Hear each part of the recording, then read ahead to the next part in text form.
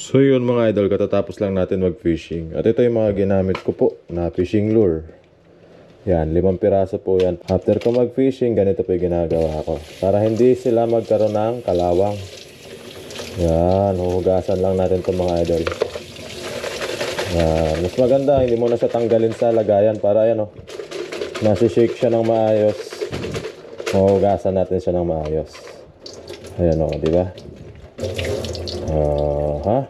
Tapos lagyan natin ng dishwashing liquid, dishwashing soap mga idol. Ayan, pwede na yan. Tapos hugasan ulit natin. Yan. Yan, ganyan lang mga idol. Huwag nyo nang tanggalin sa lagayan para hindi kayo matusok-tusok pag hinuhugasan nyo sila. Yan, ganyan lang naman yan mga idol. Diba? Para lagi silang mukhang bago at fresh. Pag ito nakita ulit ng mga isda, hindi sila magsasawang kagatin to mga idol kasi mukhang mga bago pa rin. Hindi, iniingatan lang natin mga idol yung ganyan, yung fishing hook nila para hindi sila nangangalawang.